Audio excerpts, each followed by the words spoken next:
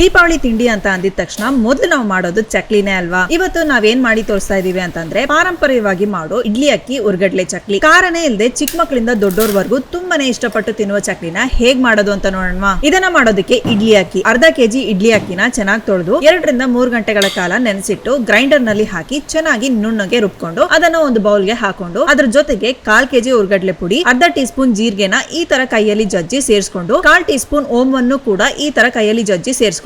ಮಕ್ಕಳಿಗೆ ಇದು ಹಾಕೋದ್ರಿಂದ ಬೇಗನೆ ಜೀರ್ಣ ಆಗುತ್ತೆ. ಇದ್ರ ಜೊತೆಗೆ ತೊಳೆದು ಒಣಗಿಸಿದ ಕಪ್ಪೆಳ್ಳು ಇದನ್ನು ಹಾಕೋಣ. ಜೊತೆಗೆ ಸ್ವಲ್ಪ ಇಂಗು, ರುಚಿಗೆ ತಕ್ಕಷ್ಟು ಉಪ್ಪು ಇದೆಲ್ಲ ಹಾಕೊಂಡು ಚೆನ್ನಾಗಿ ಮಿಕ್ಸ್ ಮಾಡ್ಕೊಳ್ಳೋಣ. ಒಂದ್ ವೇಳೆ ನೀರ್ ಸಾಕಾಗ್ಲಿಲ್ಲ ಅಂತಂದ್ರೆ ಸ್ವಲ್ಪನೇ ನೀರನ್ನ ಸೇರಿಸ್ಕೊಂಡು ಚಕ್ಲಿ ಹಿಟ್ಟಿನ ಹದಕ್ಕೆ ಈ ತರ ಮೃದುವಾಗಿ ಕಲ್ಸಿಟ್ಕೊಳ್ಳೋಣ. ಇದ್ರ ಜೊತೆಗೆ ಒಂದ್ ಸ್ವಲ್ಪ ಬಿಸಿಯಾದ ಎಣ್ಣೆನ ಹಾಕಿ ಮಿಕ್ಸ್ ಮಾಡ್ಕೊಳ್ಳೋಣ. ಇದ್ರ ಬದಲು ಬೆಣ್ಣೆನ ಕೂಡ ಕರಗಿಸಿ ಸೇರಿಸ್ಕೊಬಹುದು. ತುಂಬಾನೇ ರುಚಿಯಾಗಿರುತ್ತೆ. ಈ ಚಕ್ಲಿ ಹಿಟ್ಟನ್ನ 5 ಕಣ್ಣಿರುವ ಚಕ್ಲಿ ಅಚ್ನಲ್ಲಿ ಹಾಕೊಂಡು ಒಂದು ದೊಡ್ಡ ಸೌಟ್ ನ ಹಿಂಭಾಗದಲ್ಲಿ ಈ ತರ ನಿಮ್ಗೆ ಬೇಕಾಗಿರೋ ಸೈಜ್ಗೆ ಹಾಕೊಂಡು ಬಿಸಿಯಾದ ಎಣ್ಣೆನಲ್ಲಿ ಚೆನ್ನಾಗಿ ಕ್ರಿಸ್ಪಿಯಾಗಿ ಫ್ರೈ ಮಾಡ್ಕೊಳ್ಳೋಣ. ದೀಪಾವಳಿ ಹತ್ರ ಬರ್ತಾ ಇದೆ. ಈ ದೀಪಾವಳಿಗೆ ಎಲ್ಲರೂ ಚಕ್ಲಿ ಅಂತೂ ಮಾಡೇ ಮಾಡ್ತೀರಾ ಅಲ್ವಾ. ಈ ದೀಪಾವಳಿಗೆ ಚಕ್ಲಿ ಮಾಡೋದಕ್ಕೆ ವುಡನ್ ಚಕ್ಲಿ ಹಚ್ಚಬೇಕು ಅಂತಂದ್ರೆ ಸ್ಕ್ರೀನ್ ಅಲ್ಲಿ ಬರೋ ನಂಬರ್ಗೆ ಕಾಂಟ್ಯಾಕ್ಟ್ ಮಾಡಿ. ಈ ತರ 2 ಕಡೆ ಚೆನ್ನಾಗಿ ಬೆಂದ ಮೇಲೆ ತೆಗೆದ್ರೆ ತುಂಬಾನೇ ರುಚಿಯಾದ, ಮಕ್ಕಳಿಗೆಲ್ಲ ತುಂಬಾನೇ ಇಷ್ಟವಾದ ಚಕ್ಲಿ ತಯಾರು. ಈ ತರ ಮಾಡೋದ್ರಿಂದ 1 ತಿಂಗಳವರೆಗೂ ಕೆಡೋದೇ ಇಲ್ಲ. ಸೊ ನೀವು ಕೂಡ ಇದನ್ನ ಮನೇಲಿ ಟ್ರೈ ಮಾಡಿ ಹೇಗಿತ್ತು ಅಂತ ಕಮೆಂಟ್ ಬಾಕ್ಸ್ ನಲ್ಲಿ ಕಮೆಂಟ್ ಮಾಡಿ.